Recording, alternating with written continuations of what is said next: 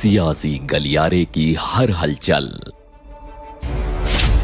बात पटना से दिल्ली तक, नजरों से टटोलेंगे, धड़कनों से गुजारेंगे, सबूतों पर कसेंगे, उदाहरणों से संवारेंगे। मुद्दा होगा आपका और बहस भी आपकी। देखिए आपकी बहस विद चंदन, रमाकांत चंदन के साथ एनबीटी बिहार पर। नमस्कार, एनबीटी पर मैं रमाकांत चंदन आप सबों का स्वागत करता हूं। आज हमारे साथ जुड़ गए हैं भाजपा के प्रवक्ता डॉक्टर रामसागर जी, जदयू के वरीय नेता मोहम्मद बाशिम साहब और विशेषज्ञ में अंशु नेथानी जी और आलोक पांडे जी। आपकी बहस में आज हम चर्चा करने जा रहे हैं कि नीतीश जी भले समाधान यात्रा को निकले हैं, लेकिन समस्या जो है बिल्कुल उनकी आंख के सामने है। हो यह रहा है कि समाधान के बदले और भी फजीहत बढ़ते जा रही है, जगह जगह विरोध हो रहा है। आपने देखा कैसे छात्रों पर लाठीचार्ज हुआ, और कल ही बक्सर का वो वाकया है कि किसान अगर विरोध कर रहे थे जमीन अधिग्रहण का, तो उसको लेकर के बातचीत की जा सकती थी, लेकिन रात में जिसे सरकार उपद्रवी कह रही है उसके घर में जाके लाठीचार्ज करना, और सुनने में तो ये आ रहा है कि फायरिंग भी हुई है। तो ये कहीं न कहीं सरकार की नजरों में जिसे उपद्रवी बता के कार्रवाई की जा रही है, सामाजिक संस्थानों या समाज के लोग उसे आंदोलनकारी कह रहे हैं। ठीक है, विकास के लिए जरूरी है थर्मल पावर, लेकिन इसका मतलब यह नहीं है कि किसानों को विश्वास में नहीं लिया जाए। तो जाहिर है कि यह 1 to 1 बात करके भी किया जा सकता था, लेकिन आपको भी जैसे मालूम है कि समाधान यात्रा में यह स्पष्ट निर्देश था कि न किसानों से मिलेंगे न नौजवानों से मिलेंगे, तो फिर समस्या का समाधान कैसे हो सकता है? समस्याएं बढ़ती ही जाएगी। तो वासिफ साहब आपके पास बाद में आएंगे, पहले हैं आलोक जी, आप एक संवैधानिक विशेषज्ञ भी हैं। क्या इस मसले का और क्या समाधान हो सकता है? जाहिर है विकास के लिए जमीन चाहिए, सरकार जमीन किसानों से ही लेगी। तो क्या संविधान में ऐसा कोई ऐसा या कानून में कोई ऐसा प्रावधान है जहां बातचीत के जरिए इसे किया जा सके, इसके लिए लाठीचार्ज ना करना पड़े? क्योंकि जमीन तो जहां अगर कोई योजना लाई जाएगी वहीं से जमीन ली जाएगी। कहाँ चूक हो रही है सरकार से? नहीं, देखिए, जब भी इसके दो नजरिए हैं। सरकार जब भी जमीन लेती है, आप देखिए वेस्ट बंगाल का, जब ममता बनर्जी विपक्ष में थी, टाटा की नैनो को नहीं लगने दिया, आज भी वो जमीन बेकार पड़ी है। तो जब भी विकास और की बात आएगी और उसका राजनीतिक दुरुपयोग करेंगी राजनीतिक पार्टियां, जो विपक्ष में होता है वो किसानों की सबसे ज्यादा हितैषी हो जाती है, और जो सत्ता में होता है उसको फिर विकास के लिए काम करना पड़ता है। अब क्योंकि पुलिस ने लाठी चलाई है और जैसा कह रहे रात में घुस के चलाई है, ये इसका कोई तर्क नहीं है कि ये सही है, ये वाजिब हो ही नहीं सकता। उसका चाहे मतलब कैसे कोई कहेगा कि रात में 11 बजे घुस गए और महिलाओं के साथ अभद्रता की, लाठी चलाई। ये स्थिति से बचना चाहिए, ये बचना ही चाहिए। लोकतंत्र है, यहाँ कोई राजा का शासन है क्या कि जाके घुस में दरवाजा फाड़ दिया आपने? लेकिन इससे भी ये देखना पड़ेगा कि जब विकास आता है तो लोगों की पैतृक जमीन, जैसे मेरी जमीन है, अब मान लो कि बच गई मेरी ब्रह्मोस, जहां वन में है कानपुर में, वहां उसके मेरे पास तक आ गई, तो अब मैं इमेजिन करूं कि मेरे पुरखों की जमीन हो सकता है 1000 साल से जमीन मेरे परिवार में हो। अब वो जब छिनती है तो दर्द होता है। तो बहुत बार इस तरह की इमोशनल लगाव उस भूमि से होते हैं और उसको छीनने में दर्द होता है।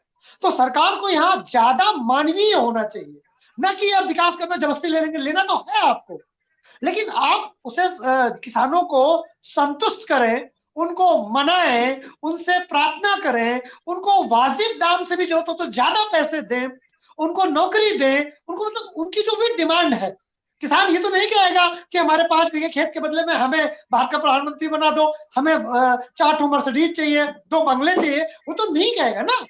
लेकिन उसकी जब वो जमीन जाती है, उसकी जो भावनाएं आहत होती हैं, उसकी जो इमोशंस आहत होते हैं, उसको सरकार को संभालना पड़ेगा। तो सरकार विकास करे, उसके लिए किसानों की जमीन चाहिए, किसानों की जमीन ले, लेकिन बालात ना ले, बालात बिल्कुल ना ले। क्योंकि अगर आप जबर करेंगे, बालात करेंगे, तो आप उसकी जमीन ले रहे हैं, भले आप विकास कर रहे हैं, लेकिन जमीन तो उसकी जा रही है ना, पूरे बिहार के लोग तो नहीं जाती है। एक समय में एक पर्टिकुलर एरिया की एक जगह की जमीन जाती है, तो वहां का किसान तो इमोशनली इनसिक्योर फील करता है। उसकी भू, आप जानते हैं हम सब किसान से जुड़े हैं या खेती से जुड़े हैं, गांव के लोग ही हैं, हम तो है वही है। अब हमारी जमीन जाएगी तो हम कैसे बुरे वक्त के लिए क्या रहेगा हमारे पास? कोरोना काल में गांव ही तो बचा था ना, जहां जाकर के हम शेल्टर कर सकते थे। और गांव से अगर हमारी जमीन छिन जाए तो क्या मिलेगा? कुछ रुपए वो हम खर्च कर देंगे। तो उनको मतलब रमाकांत जी, मैं बार बार कह रहा हूं, फिर कह रहा हूं, किसान जमीनों की जमीन ले विकास के लिए, लेकिन उनकी सारी शंकाओं का निवारण करे। और अगर वो बैठे हुए आंदोलन पे विरोध कर रहे हैं तो ये न सोचे कि विरोधियों द्वारा प्रायोजित आंदोलन है। अगर विरोधियों द्वारा भी प्रायोजित आंदोलन है तो भी आपको करना क्या चाहिए कि वो विरोधी तो भड़काएगा ही किसानों को। आप उनको अपनी योजनाओं के द्वारा, आप अपनी लाभ के द्वारा उनको, किसानों को इमोशनली अटैच करके, उनको विश्वास में लेकर के। रमाकांत जी, मुझे बार बार ये लगता है कि ये किसान और जिनकी जमीन जाती है, मतलब सरकार और किसान जिनकी जमीन जाती है, उनके बीच की अविश्वास की खाई ज्यादा होती है। सरकार का अपना एक अहम होता है, एक ईगो होता है। सरकार मतलब अब इतने लाख वोट, इतने हजार वोट, इतने 100 वोट, उससे में क्या फर्क पड़ेगा? किसान ये भूल जाती है कि भले वो 1000 लोग वहां बैठे हैं, लेकिन उसकी गूंज पूरे भारत में जाएगी। अब वो जमाने खत्म हो गए कि छोटे से मीडिया आपने मैनेज कर लिया। मीडिया मैनेज नहीं की जा सकती है। हर व्यक्ति आज की डेट में पत्रकार है, सोशल मीडिया सबके लिए ओपन है। तो नीतीश कुमार जी से गलती हो गई। मैं बार बार कहता हूं कि नीतीश कुमार जी कहीं सुसाइडल मूड में तो नहीं है। बार बार ये गलतियां क्यों कर रहे हैं? आप देखिए, इधर इन्होंने कि बच्चों पर लाठीचार्ज चलाया, उससे गड़बड़ हुआ, फिर ये समाधान यात्रा पर निकले, उसमें कुछ लगता है कि कुछ ज्यादा नहीं मिलेगा तो जातीय जनगणना की बात कर दी। हालांकि आज सुप्रीम कोर्ट ने इनकी जातीय जनगणना वाली बात को लेकर रिट भी एक्सेप्ट कर लिया। उन्होंने ये देखने की कोशिश करी, क्यों? क्योंकि पहले आप कम से कम विधानसभा को भरोसे में लेते, वहां से बिल पारित करते, तब जातीय गणना की बात करते हैं। एक एग्जीक्यूटिव ऑर्डर पर जातीय गणना कैसे करा सकते हैं? ये अलाउ नहीं है।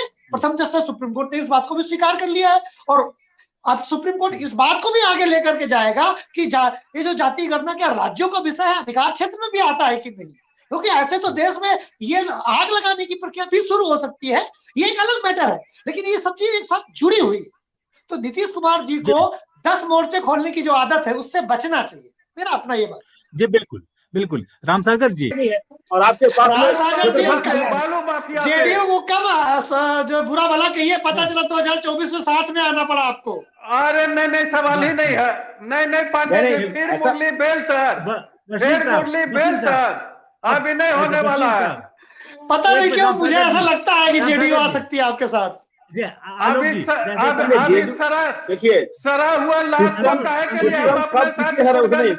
माननीय मुख्यमंत्री का जो लक्ष्य है विकास, सर्वांगीण विकास योजना कर रहे हैं, और करने दे जो भी, जब तक के कोई काम निरंतर रूप से नहीं होगा, सिस्टमेटिक से नहीं होगा, उस काम को अगर हर वक्त हस्तक्षेप अगर की नजर से आप देखेंगे, तो ये जो हमारा बिहार है विकास कर पाएगा नहीं। वसीम जी अभी बोलेगा अकेले।